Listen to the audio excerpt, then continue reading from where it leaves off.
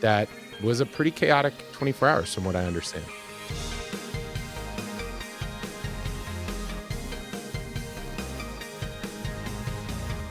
Hi, everyone, and welcome back to Housing Insiders, the podcast for founders, builders, lenders, and regulators, and anyone who believes that everyone should be well housed. I'm Jonathan Lawless. And I'm Jeremy Potter. On Housing Insiders, we're hosting the conversations you won't hear anywhere else about how to make housing more innovative and attainable. Yeah, and we're super happy to have Built Rewards continue to partner with us and sponsor us for these initial conversations. If you have ideas for a guest or show, as we always ask, please let us know at podcast@thehousinginsiders.com. And if you like the show, you got to take action. Give us a review, spread the word, share it, make the most out of the podcast. We're going to talk about taking action more and more in our upcoming episodes. So we'll start with the podcast and then we'll move to your housing idea and our housing idea. Well, it's a perfect intro to topic number one today, taking action. Let's say taking executive actions. Lots happening here in Washington, D.C. Let's talk about it. Jeremy, anything major stick out to you in the last couple of weeks? The biggest thing that I had heard was that football's back. And so everybody just wanted to talk about that. And there really wasn't much else going on in the district until they lost. And then all of a sudden, everyone turned their attention back. Do I hear a little bit of bitterness that the Lions had to lose to the Commanders before they got demolished by Philadelphia? I think so. Palpable bitterness. Well, I mean, look, outside of the Commanders making the playoffs and actually winning a game, a lot of people in D.C. are just a little bit in shock because of all the things that are happening just in terms of their employment. We've heard return to work requirements. We've heard offering to, basically resign if you decide to take a severance package. A lot of that stuff is just in the air. I'm kind of curious to know what that's going to do to housing.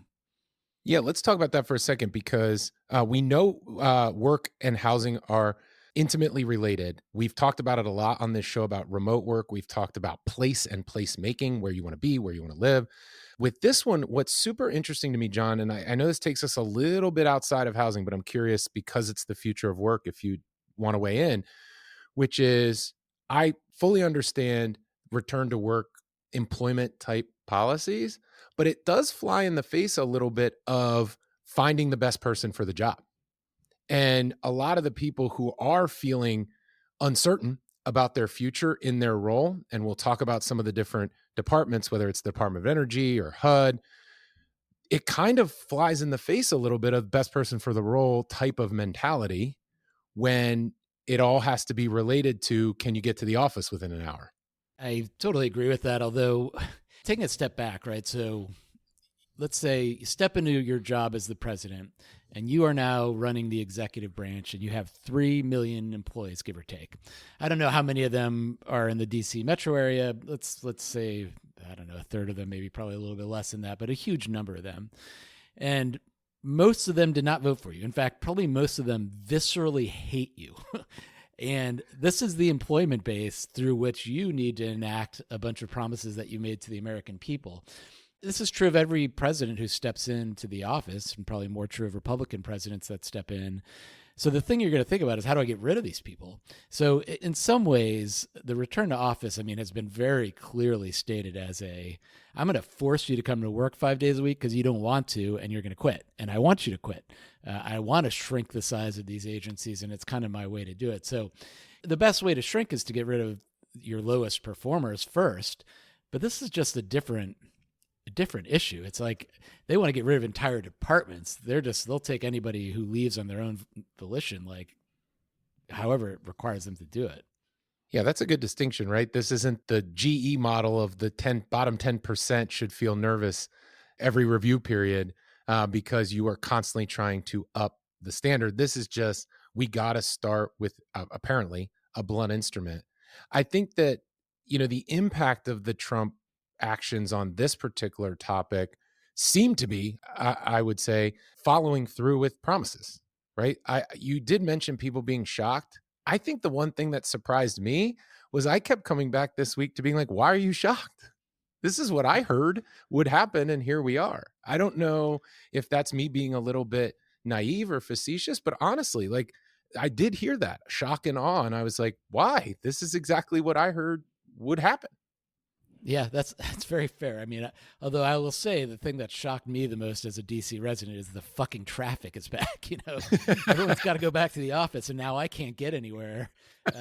It's really annoying, and I probably should have anticipated that given all the campaign rhetoric. But yeah, you're right. Although I will say, like, this executive action thing of, like, president steps in and does 1,000 things on day one, undoing everything that the previous president did. I think it's certainly a new, it feels like, at least what I've read, is it's increased in its amplitude and frequency. And I wonder if we're just going to have this bizarre back and forth as parties switch. And then suddenly there's, week number one is 1,000 executive orders that just completely change the direction of the country, Yeah, I definitely haven't thought of it yet in the context of, like, is this going to keep happening? Because I think whether or not this works, quote unquote, will be a big determinant of that. But the sort of consistency, or at least perceived consistency from my end, of what I thought was the goal versus what appears to be happening with a lot of these does appear, to me at least, to be a pretty close one for one. Here's what I'm going to do. Now here's how I'm doing it. Yeah. 100% agree with that.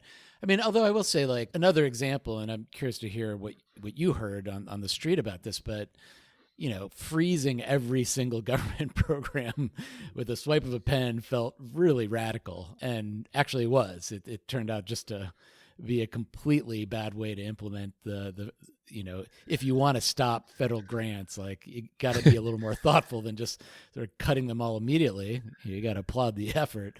But, I think everyone sort of left was, well, what does this mean for FHA? Like, what does it mean for every program? Like, curious, were there anyone that you heard from that were like, I don't know if I still can do this tomorrow?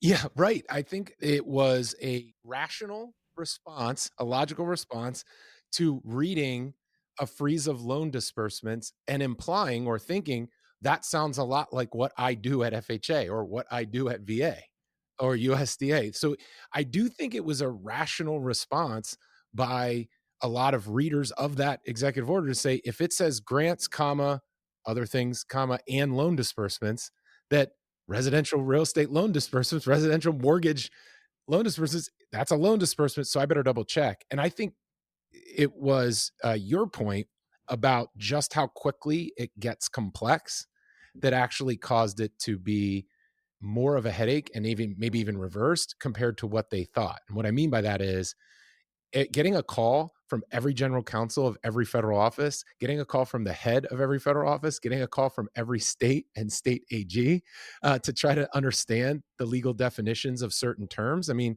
that's annoying, to be clear. That is annoying. And I don't know that there was an expectation that it would have to be as spelled out or as meticulous. And that's not a partisan thing. That is just words have meaning. And a lot of these folks are trying to follow an executive order, to your point, regardless of party, regardless of their feeling. They're reading it and going, well, if I read this like a lawyer and it says the words loan disbursement and I disperse funds for loans, I better take it seriously. And then, of course, it maybe took less than 24 hours, I think, for at least housing to come to the determination that that's not what we meant. We didn't mean FHA, USDA, and VA, but that was a pretty chaotic 24 hours from what I understand. Yeah, I mean, it certainly gives us a sense directionally of where this administration is heading. Again, no surprise. I do think probably the thing, I mean, dismantling bureaucracy, you're always going to have confusion, whatever, but probably the thing that hurt the most was voters being uncertain whether or not, Meals on Wheels is going to continue, or, am I going to get health care? And so now you're starting to scare voters, and that is probably a position that you don't want to be in politics. So I don't know what the motivation is, but anyway, I guess, well, we'll see.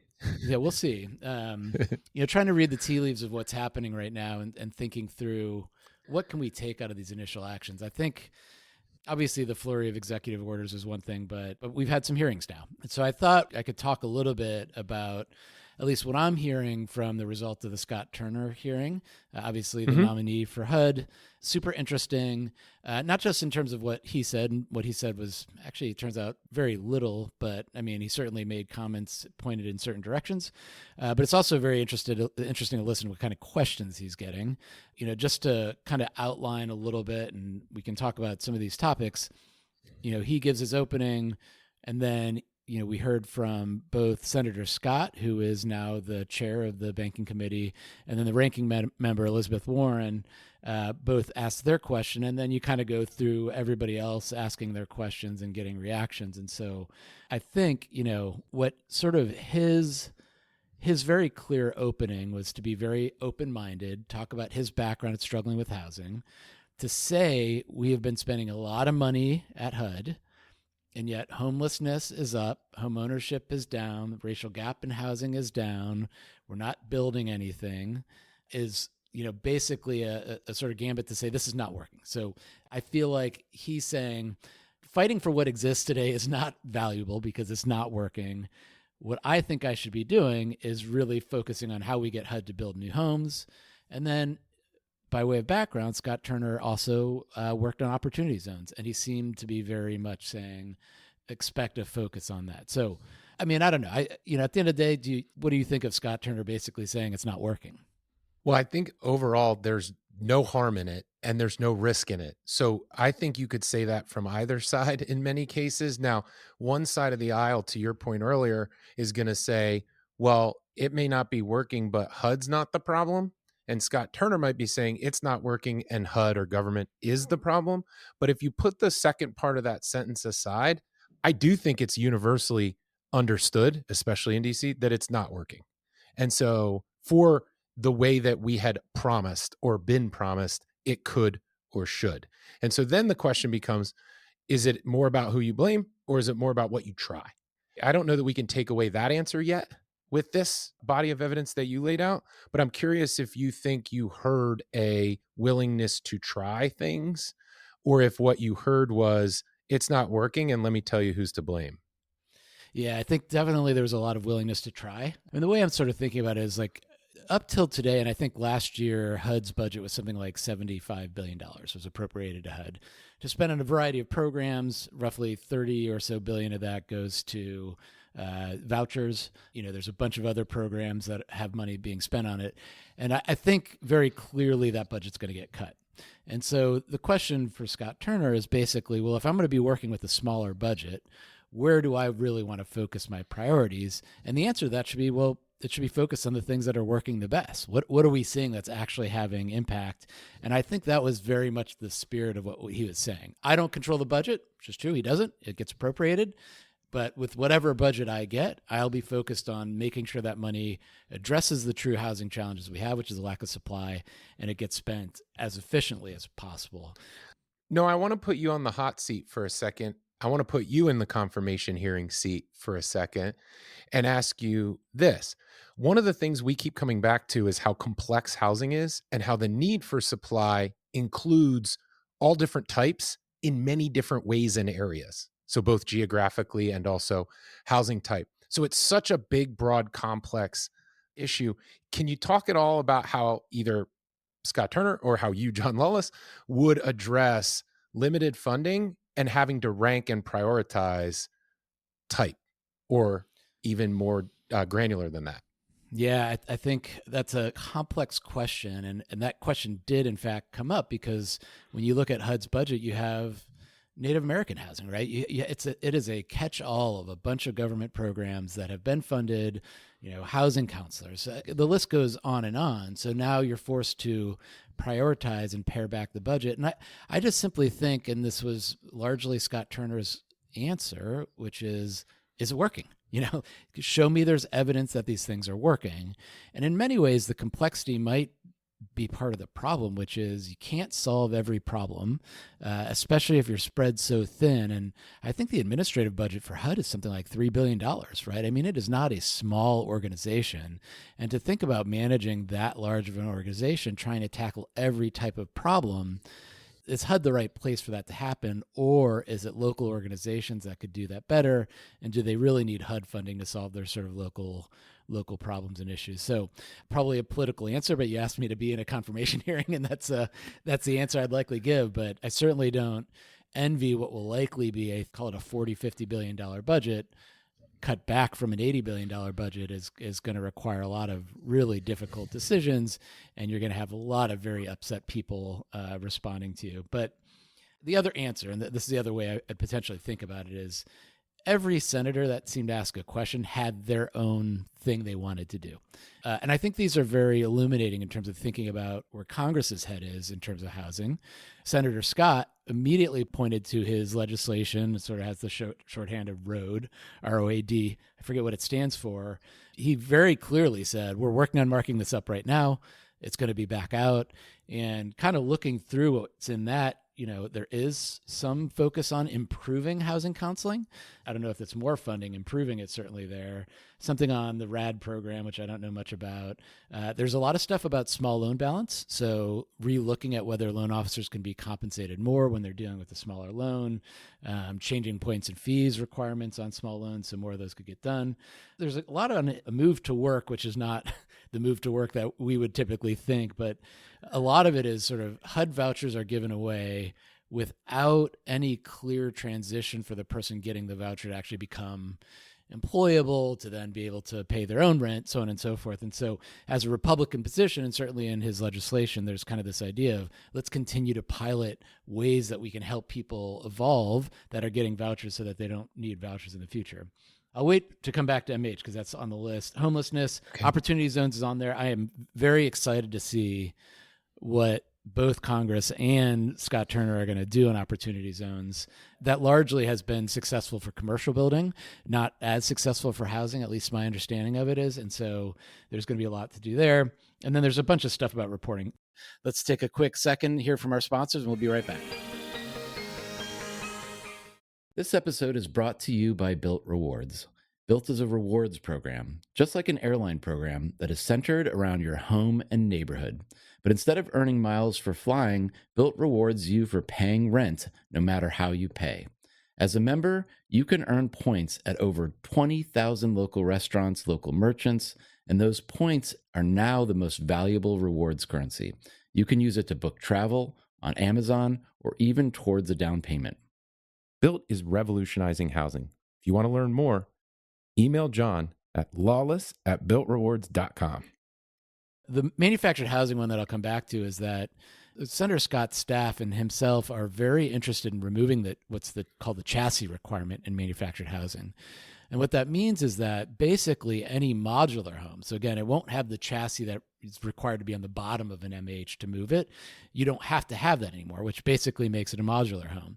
And it basically says modular homes now can become HUD homes. And it is a step, I believe it's a step in the right direction of looking at our national building code model in terms of the fact that we have 9,000 different jurisdictions that can determine what constitutes an appropriately built home.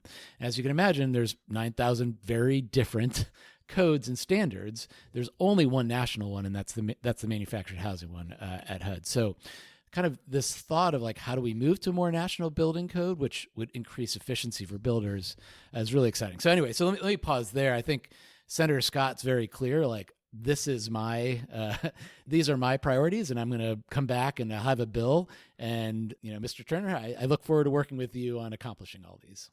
Yeah, the idea that some of what you discussed is also, I would consider either bipartisan or a holdover from the previous HUD administration.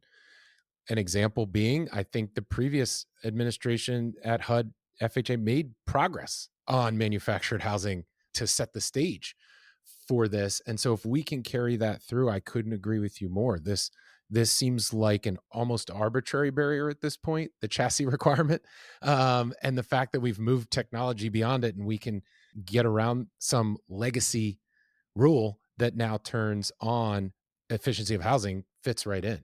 ROAD is renewing opportunity in the American dream. No question AD was going to be American Dream in there. It was just really a question of what the RO was going to mean, frankly. But this road to the American Dream actually fits a little bit in the chassis requirement because it's literally wheels. And now we're moving beyond that.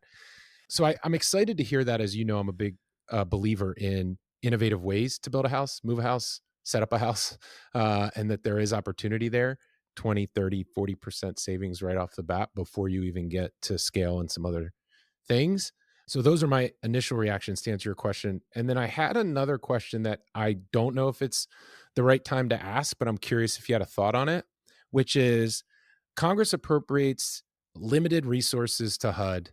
The secretary confirmed, then has to apply them the way we've been talking, may or may not work with senators to do that, probably will. How much discretion do they have? How much discretion does this administration either have or believe they have to allocate those funds?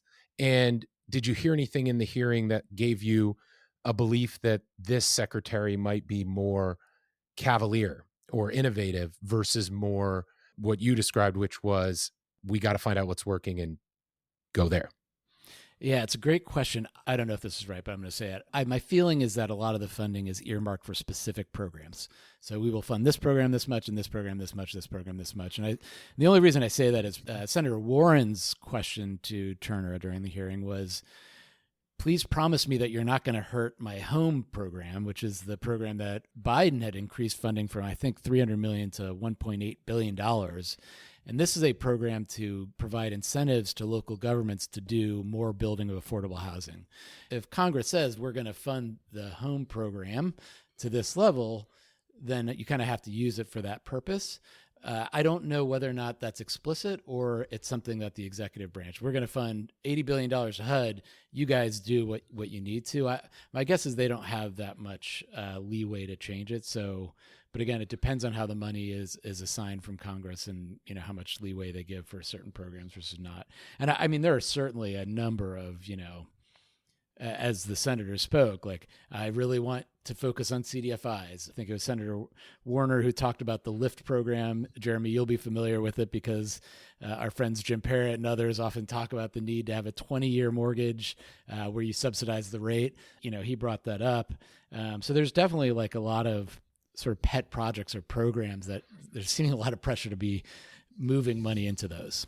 Yeah, certainly the confirmation hearing is legally required to fulfill the nomination process, but it's also an opportunity for the senators to tell the country, their constituents, us, what they care about, what they're working on, and what they're thinking about. So yeah, definitely no surprises there. It does seem as though a groundswell for housing is and has been happening for years that is now maybe coming to take a higher profile than before. So I am kind of curious to watch that. Is that going to remain true when things get really messy and hard the way they seem to be?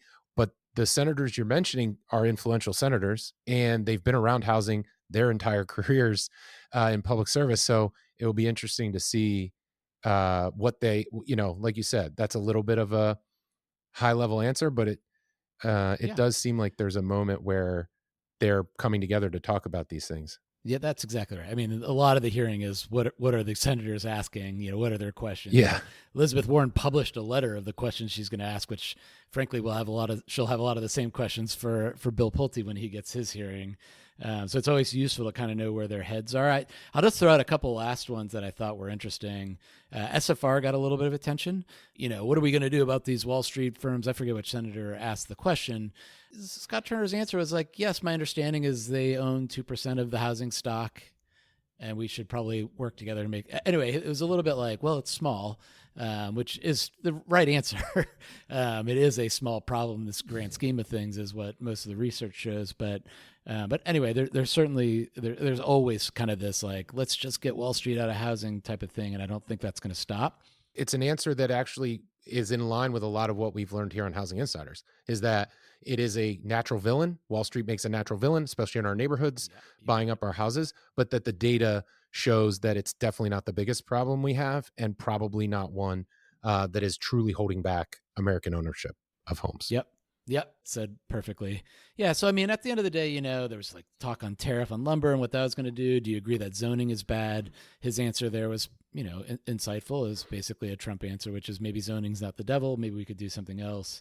There was somebody who mentioned that homeowners insurance probably needs to consider being nationalized, which, obviously given the recent tragic events in LA that we've talked about, was interesting. So anyway, for anyone who's interested in housing and housing policy, listening to these hearings can be a slog, as probably listening to me talk about these hearings can be, but it really is insightful. We'll look to HUD to be pulling back, to cut regulations, I think, to refocus in on opportunity zones, and maybe in partnership with Congress to do something on building codes, which would be really exciting. So that's sort of, if I had to give a high-level summary of what we heard, that's what I'd say.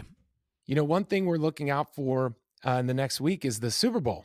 We've been talking a little football, and now we will watch the commercials because it's the Chiefs and the Eagles, and everybody's rooting against everybody, from what I understand. So I think that's where I am, yeah. Well, that's what I keep hearing. So that means we'll all be sitting around watching the commercials instead. Yep. And I was curious, is there any commercial or anything you look out for your family watches during the Super Bowl commercials? What gets you excited? Well, I used to do a drinking game where every time there was a talking animal, you'd have to take a shot. But now that I have a family, it doesn't really work with the kids. So instead, it's much more boring. I wait to see if there's any interesting mortgage commercials. Of course, I would imagine you're familiar with that, given your background. That's right, John. I often credit the first Rocket Mortgage Super Bowl commercial as the reason Quicken Loans decided to hire an attorney. And I happen to be that attorney a month or so later. So I do have a connection, I guess, to that. And maybe that's the reason I keep an eye on it. Rocket Mortgage didn't do a Super Bowl commercial last year. They are running a Super Bowl commercial this year. So it'll be interesting to see. Maybe that's something about optimism in the market, a look ahead to how they see the year. And it also is going to be a rebrand. So a new look and feel for Rocket Mortgage. They recently bought Rocket.com for $10 million to be all under one Rocket.com umbrella versus Rocket Homes, Rocket Mortgage. And then this look and feel, I guess, is going to reflect that unified brand. So we'll have to wait and see, I guess. Their website, right? They sort of integrated their mortgage and brokerage sort of together in a single website. They're using more AI. So it certainly makes sense that they would want to reintroduce the company and the website and all those types of things. So that'll be interesting to see. I had originally credited that Super Bowl ad for why Rocket became such a big lender, but I think they hired you at that time. So maybe I'll credit that to your hire instead. Yeah, the only time you could give legal counsel the credit for growth and marketing branding, sure, I guess. Sounds unlikely to me. Well, in the meantime, I guess we'll see if any other mortgage or housing related company decides to go Super Bowl with their maybe one of the realtor channels will take my advice and Landian will have a Super Bowl ad or something. That would be kind of cool to see. But you want to make a bet on who wins the game? I like that the Eagles are the underdog. It's hard anytime you're picking against Patrick Mahomes, who seems to win no matter what. But I'm going to take Saquon Barkley to have a big game, and I'll take the Eagles. Just to make it fun, I'll take the other side of that. And Jeremy and I will probably start a new podcast called Football Insiders, which we will have zero insight. So please don't take any of our advice. But in the meantime, that'll do it for this episode. We love hearing from you guys. Send us an email at podcast@thehousing insiders. If you like what you hear, please leave us a review or rating wherever you get your podcasts. And subscribe and share so that we can keep making this podcast for you.